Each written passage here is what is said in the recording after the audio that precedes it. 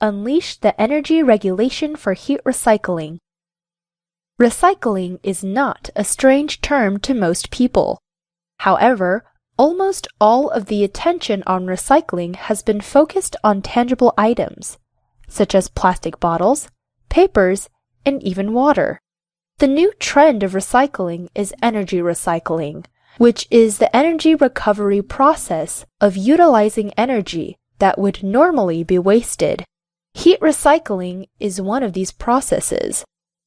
It captures excess heat that would normally be discharged at manufacturing facilities and converts it into electricity and steam, or it returns the energy to the manufacturers in the form of heated air, water, glycol, or oil.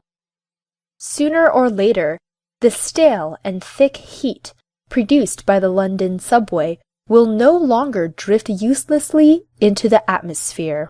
Instead, some of the heat will be used to warm 1,400 homes nearby, cutting their heating bills by about 10%. Heat recycling is quite common in Europe. Denmark gets roughly half of its electricity from recycled heat, followed by Finland at 39%, and Russia at 31%. In the US, it's just 12%. According to a report by Lawrence Livermore National Laboratory and the Department of Energy, the U.S. wastes more than half of the total energy it produces, mostly as heat, but also as gas, biomass, and methane.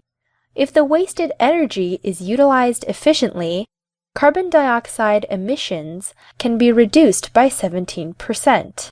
It's free energy, essentially, says Brendan Owens, Vice President of the U.S. Green Building Council.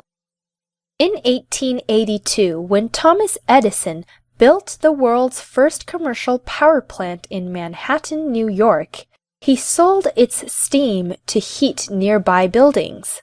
Today, such plants are known as combined heat and power, or cogeneration plants. Edison's old plant eventually became the massive Con Edison, whose operations today produce 19.7 billion pounds of steam a year. The ArcelorMittal steel mill in Indiana uses extra blast furnace heat to produce steam, which then generates electricity for the mill, saving roughly $20 million a year and preventing 340,000 tons of carbon dioxide emissions, the equivalent of taking 62,000 cars off the road. So why can't the U.S. have more projects like these?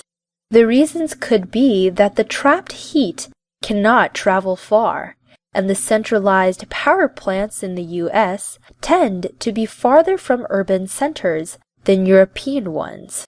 And the tax break is not in favor of heat recycling.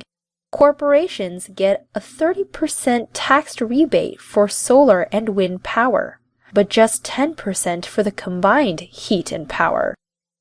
The U.S. energy policy is extremely complicated and creates other barriers for heat recycling, but it's time for regulators, producers, and consumers to start thinking of ways to sweeten the deal for recycled heat. After all, we don't have any more time to waste.